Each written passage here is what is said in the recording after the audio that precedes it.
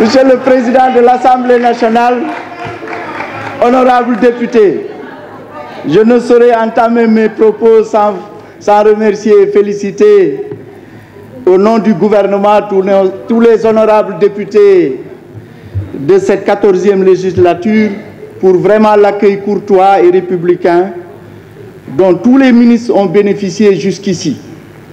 Je n'en doute pas un seul instant que ce sera la même chose au cours des plénières.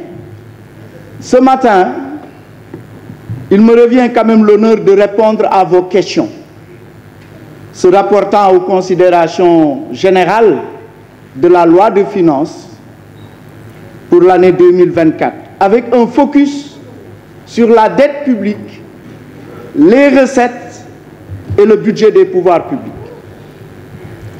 Le projet de loi de finances 2024 de l'État du Sénégal porte sur un montant de 7.003,6 milliards de francs CFA, contre 6.441,5 en 2023, soit une augmentation de 592,1 milliards en valeur absolue et 9,2% en valeur relative. En décembre 2011, honorables députés, vos prédécesseurs avaient adopté dans cet hémicycle un projet de loi de finances pour 2012 d'un montant exactement de 2344,8 milliards. C'est 298% de hausse en 12 ans. C'est quand même le signe d'un pays qui avance.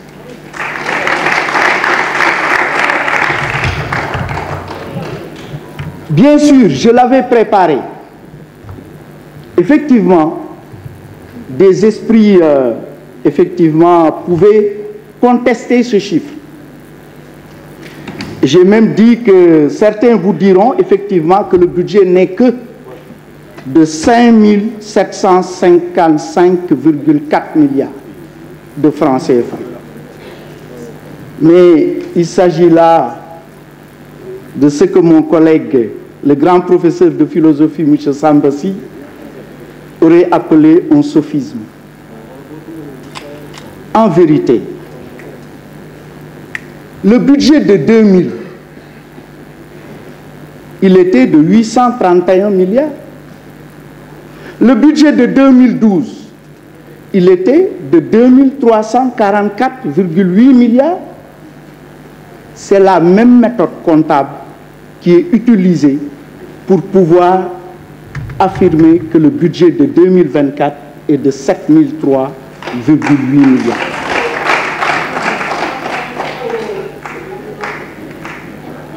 Qu'est-ce qui nous le fait dire?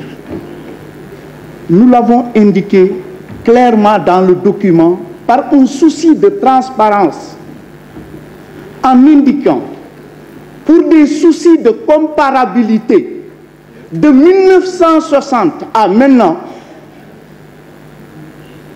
utilisons la même méthode comptable, la loi 2001-09 du 15 octobre 2001. Par contre, effectivement, à partir de 2020, il est entré en vigueur la loi 2020-07 du 26 février 2020 qui n'intègre pas dans la budgétisation les ressources de trésorerie telles que l'amortissement de la dette. 2020, 2021, 2022 et 2023, les budgets sous l'emprise de cette loi n'intègrent pas les ressources de trésorerie telles que l'amortissement de la dette. Pour des soucis de comparabilité de l'indépendance à maintenant, parce que si on utilisait effectivement cette loi, on devrait chaque année jusqu'en 1960 enlever l'amortissement de la dette du budget, on ne dirait pas que 2000, le budget était 831. On ne dirait pas en 2012, le budget est de 2344,8. On ne dirait pas en 2024 qu'il est de 7003,8 milliards. Je voudrais vraiment, j'ai tenu à clarifier cela pour des soucis de transparence avec le Parlement, en donnant effectivement le champ d'application des deux lois.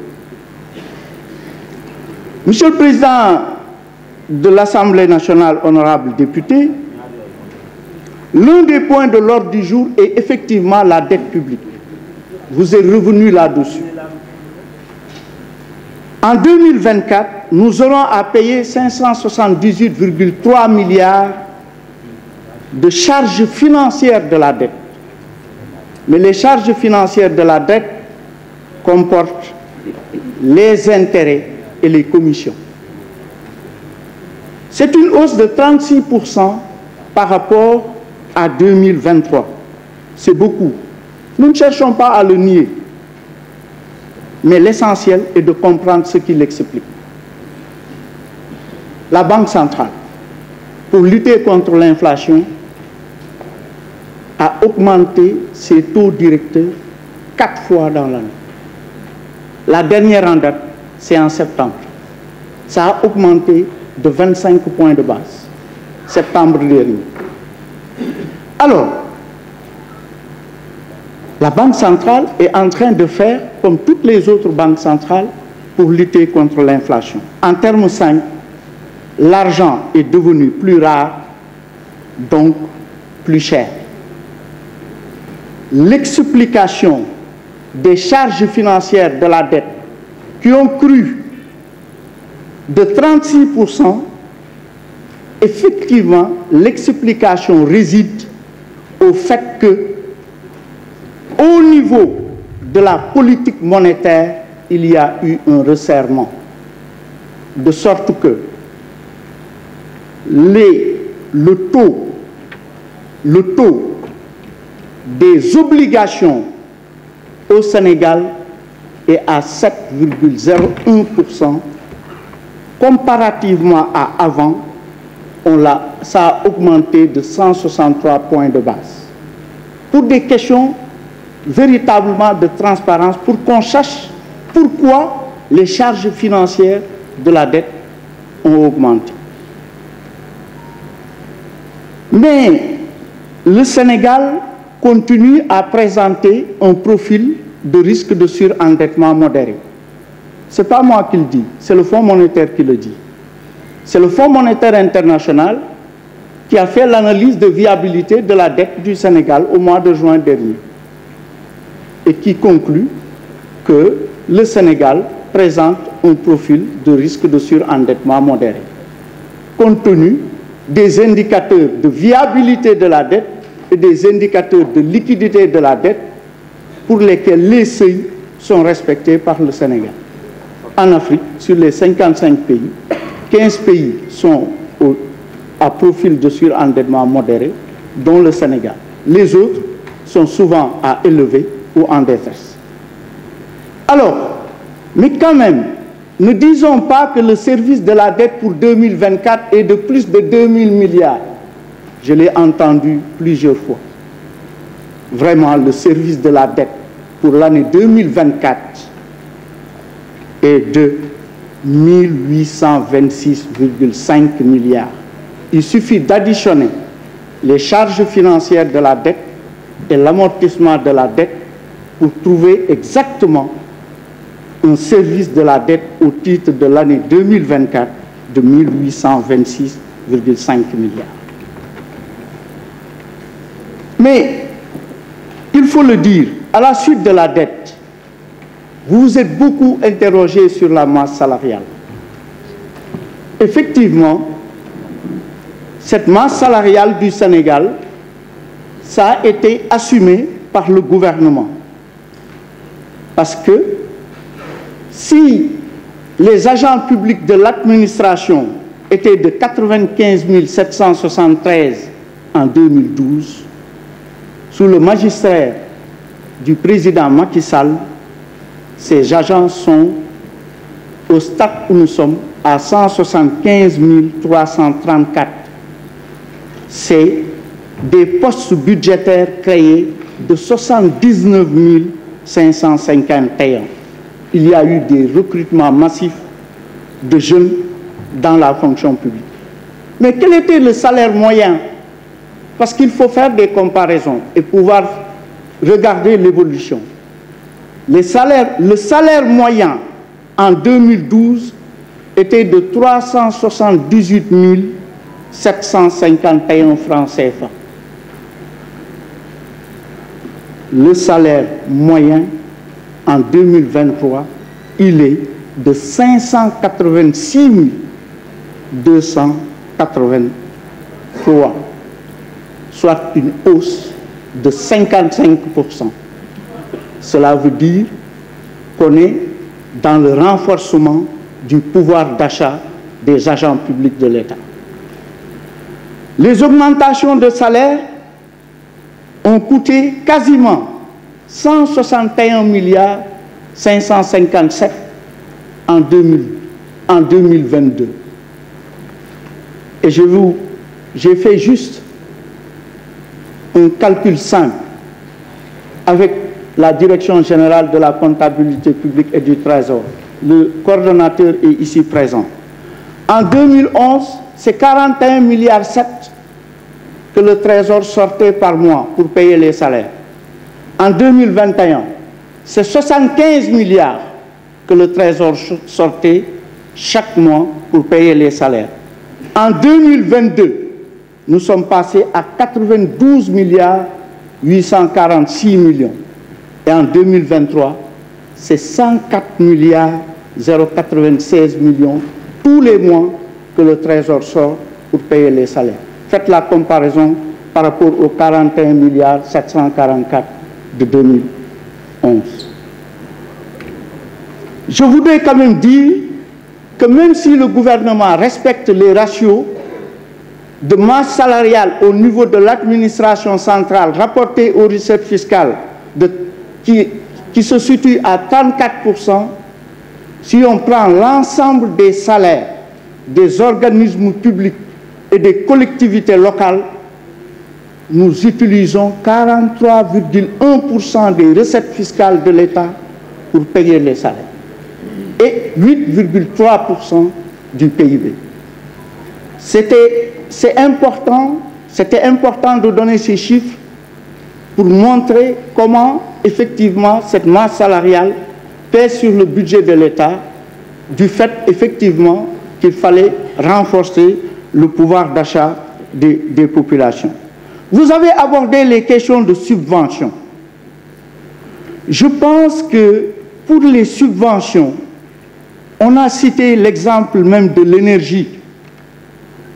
C'est 750 milliards qui ont été alloués au secteur de l'énergie pour maintenir les prix en 2022. Et cette année, l'Assemblée avait approuvé un budget de 450 milliards. À date, nous sommes à 556 milliards de francs CFA de subventions du secteur de l'énergie et d'ici la fin de l'année, les 600 milliards de subventions du secteur de l'énergie seront atteints. Et l'année 2024, il est toujours prévu une subvention du secteur de l'énergie à hauteur de 1% du PIB. C'était important qu'on revienne là-dessus parce que, effectivement, le gouvernement continue à soutenir les couches vulnérables de la population. Excepté ce point sur la subvention de l'énergie, je pense qu'il est important qu'on revienne sur l'ensemble des mesures qui ont été prises au-delà de l'augmentation des salaires, au-delà de la subvention de l'énergie, l'ensemble des mesures qui ont été prises pour pouvoir véritablement permettre aux populations de lutter contre la vie chère. Premier point, je pense qu'il n'est pas tellement développé, c'est les suspensions d'impôts et de taxes. En 2022, c'est 98 milliards de suspensions d'impôts et de taxes. En 2023, c'est 142 milliards 4, c'est quasiment 240 milliards,4 en 2 ans. De suspension de taxes pour permettre aux denrées de première nécessité de ne pas coûter le prix coûtant. Au niveau de la subvention budgétaire, c'est 100 milliards qui ont été subventionnés pour les denrées de première nécessité, pour accompagner les 15 mesures qui avaient été prises à l'issue de la concertation sur la vie chère. Je ne reviens pas sur la subvention des intrants, je ne reviens pas sur les bourses de sécurité familiale, je ne reviens pas sur toutes les politiques de gratuité qui ont été menées. Mais un des points importants que vous allez aborder, c'est la budgétisation des programmes d'investissement régionaux Kédougou, Kaolack, Kaffrine et Fatick. Je voudrais dire ceci. Toutes les enveloppes budgétaires sont totalement acquises puisque basées sur les budgets triennaux 2024-2026 qui sont actuellement en cours d'examen au niveau de l'Assemblée nationale. Ces budgets triennaux, vous les avez. Il s'agit des documents de programmation pluriannuelle des dépenses 2024-2026 de tous les différents départements ministériels. 3 catégories de projets sont budgétisées. Les projets intervenant exclusivement dans la région concernée. Je donne l'exemple. À Kaolack, il a été budgétisé le programme d'électrification rurale de 58 villages. Vous le verrez dans le budget du ministère de l'Énergie, 12 pour Guinguinéo, 30 pour Nioro et Kaolack 11. Deuxième catégorie de projets, c'est les projets multirégionaux intervenant dans la région concernée. Là également, on prend exactement l'impact du projet multirégional au niveau de la région concernée. Je donne un exemple simple. L'autoroute Mbour, Fatick, Kaolack n'a été budgétisée pour la région de Kaolack qu'à concurrence de 33 km qui impactent la région. Et troisième catégorie de projets, c'est les projets nationaux intervenant dans la région concernée. Par exemple, le programme national de bourse de sécurité familiale qui intervient au niveau national et qui impacte donc la région de Kaolack, c'est la partie impactant la région de Kaolack qui a été budgétisée. Donc, toutes les enveloppes budgétaires qui ont été allouées à ces régions sont totalement acquises et sont programmées dans les budgets des départements ministériels concernés sur la période 2024-2026, sur 3 ans, et non sur uniquement l'année 2024. Maintenant, la particularité de ce budget, c'est que les dépenses d'investissement ont fortement augmenté, de près de 23,3%. Là où, de près de 23,3% pour juste les financements internes, parce qu'en commission, il a été beaucoup question de notre souveraineté budgétaire. Et si on regarde l'augmentation des ressources externes, cette augmentation n'est que de 5%. Ce qui veut dire que le Sénégal s'inscrit de plus en plus sur la voie de la souveraineté budgétaire. Nous dépendons de moins en moins de l'aide publique au développement et nous comptons de plus en plus sur nos propres forces.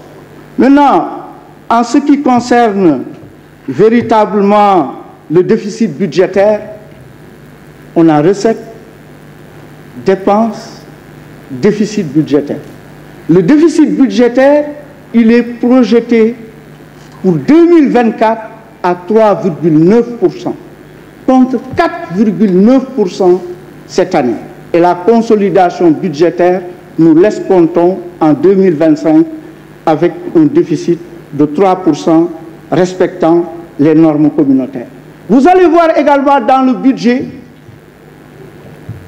Un point important, c'est les opérations extérieures OPEX, qui sont programmées pour un montant de 50 milliards de francs CFA, et ce qui démontre que le système comptable des Nations Unies, le système des Nations Unies fait confiance à nos forces de défense et de sécurité, mais du fait que les remboursements interviennent des fois avec un décalage, pour être sûr que nous n'aurons pas de difficultés pour couvrir les opérations de nos forces à l'extérieur, il a été budgétisé 50 milliards dans le projet de budget 2024, ce qui porte globalement le besoin de financement à 2138,4 milliards. Comparativement à 2023, ce besoin de financement va baisser de près de 8,8%. Et c'est ça l'autorisation parlementaire.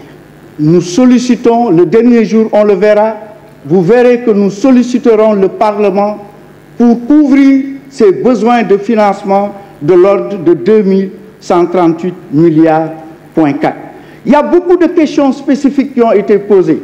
Effectivement, je pense qu'on sera obligé, mes chers collaborateurs, de faire des réponses écrites à des points précis qui ont été soulevés par les honorables députés. Il y a juste quelques questions, très rapidement, que quand même je vais rapidement évacuer. C'est la question des Dara.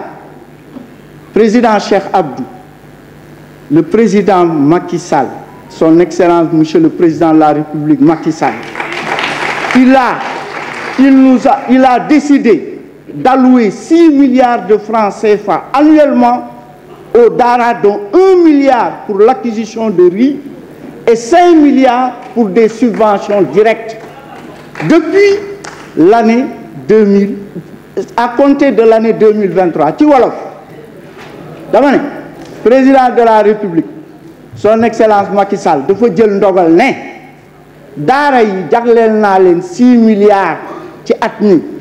Loolu bokkul ak dara li ñu prévoir ci budget bi mu doon ay construction de daara moderne ak loolu daf ne 1 milliard bi pour ceeb la, juróomi milliards yi pour subventionner daara yi.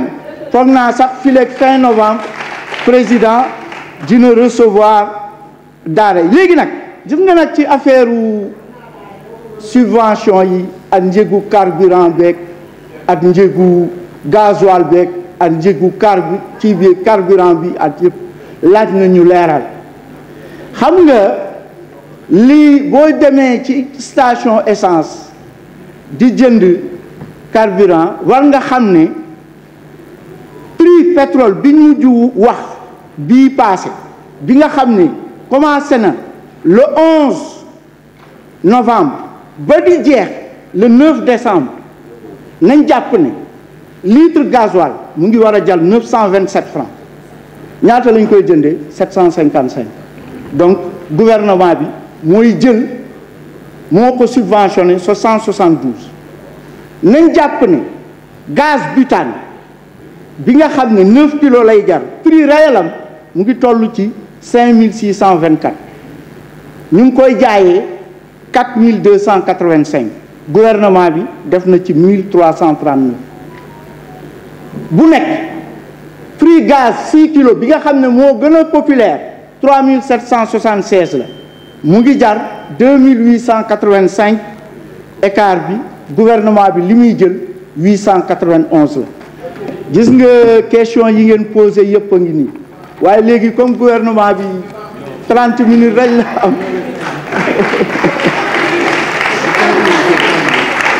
bon.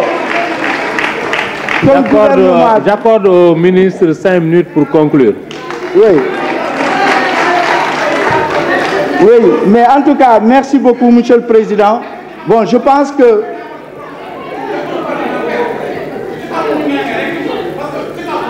J'ai donné une tolérance de 30 secondes aux députés, donc vous pouvez comprendre. Continuez, monsieur. Voilà. Non, Monsieur le Président de l'Assemblée nationale, Je voudrais quand même beaucoup, parce que effectivement, il y a eu beaucoup de questions qui ont été posées. Sachez que, Président Birame Souleye, il y a tous les documents qui sont officiellement mis en ligne par le Fonds monétaire international proviennent de nous. Ce sont ces cadres-là qui ont exactement rédigé le mémorandum des politiques économiques et financières. Et c'est à partir de ce mémorandum que le Fonds monétaire sort des documents, internes. Effectivement, vous pouvez retrouver au niveau de l'exposé des motifs certains arguments qui sont avancés dans notre mémorandum des politiques économiques et financières. Donc actuellement, on est en train de finaliser le mémorandum en rapport avec le Fonds monétaire.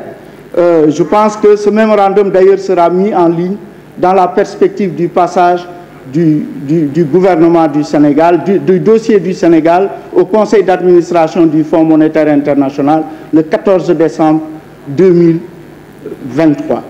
Je voudrais également dire que le gouvernement a pu quand même négocier un important programme économique et financier qui transcende l'échéance électorale du 25 février 2024. C'est un programme important. Les 4 axes de ce programme recoupent les 3 axes du plan Sénégal émergent: transformation structurelle de l'économie et croissance, capital humain, protection sociale et développement durable, gouvernance, institutions, paix et sécurité. C'est un programme important de près de 1150 milliards de francs CFA. 129 milliards ont été déjà décaissés au mois de juin à la suite de l'approbation de ce programme par le conseil d'administration du Fonds monétaire et 166 milliards sont prévus à être décaissés après le passage du Sénégal le 14 décembre 2023 de son programme économique et financier. À travers ce programme, ce que ça démontre, c'est que tous les indicateurs de gestion du Sénégal sont respectés. Un, c'est important, c'est le déficit budgétaire. Il a été question fortement ici que le Sénégal risque de ne pas respecter le déficit budgétaire. Le déficit budgétaire de 4,9 de 2023 sera respecté. C'est le plafond des dépenses sociales par rapport au budget. Nous serons à près de 43% de dépenses sociales par rapport au budget et le seuil qui est retenu, il est de 40%. La question du plafond d'endettement, on le dit, on parle toujours de notre endettement. Nous nous sommes même fixés dans notre programme économique et financier un plafond d'endettement aussi bien sur les emprunts extérieurs que sur les emprunts intérieurs, c'est respecté. Donc, globalement, c'est parce que l'ensemble des indicateurs de ce programme économique et financier sont respectés que le Fonds monétaire a pu conclure avec satisfaction la première revue de ce programme et qui permettra au Sénégal de décaisser au terme du conseil d'administration du Fonds monétaire à peu près 166 milliards. C'est à peu près sur les 1156 milliards de prévus, c'est quasiment 26, c'est près de 26% qui seront décaissés cette année. Les 74% restants le seront au-delà de février 2024. Donc, à mon avis, c'est à cause de la crédibilité du Sénégal, à cause de la signature du Sénégal que ce programme-là a été conclu avec nos partenaires techniques et financiers. Le reste, Monsieur le Président, je voudrais véritablement vous remercier les honorables députés, réaffirmer aussi quelques questions qui ont été posées sur est-ce qu'il y a de nouvelles taxes dans ce projet de loi de finances. Je peux vraiment rassurer qu'il n'y a pas de création de nouvelles taxes. Il y a eu juste des mesures qui ont été prises, notamment le rendement de l'impôt, à savoir, on peut les citer, c'est le relèvement de la taxe additionnelle sur les boissons alcoolisées, l'élargissement du champ d'application de la taxe sur les tabacs et l'actualisation des droits de timbre. Je pense qu'on avait abordé la question en commission pour dire que les duplicata, ceux qui auront perdu leur passeport, s'ils revenaient pour en réclamer des duplicata, il y a effectivement des droits de timbre donc, qui ont été relativement augmentés. Voilà, Monsieur le Président, de l'Assemblée nationale les conclusions que je voudrais tirer de cette séance. Je remercie les honorables députés tout en promettant, avant qu'on ne puisse tenir la plénière, parce que les questions qui ont été posées par les honorables députés sont tellement importantes que chaque question trouvera une réponse pour que le jour J, le dernier jour des plénières pour le passage du ministère des Finances et du Budget, que vous ayez ces réponses-là, qu'il n'y ait pas de difficulté à pouvoir continuer à interagir entre vous et le ministère des Finances et du Budget. Je vous remercie de votre aimable attention et vous donne rendez-vous aussi dans l'après-midi pour poursuivre les questions économiques et sociales avec mon collègue Doudouka. Je vous remercie.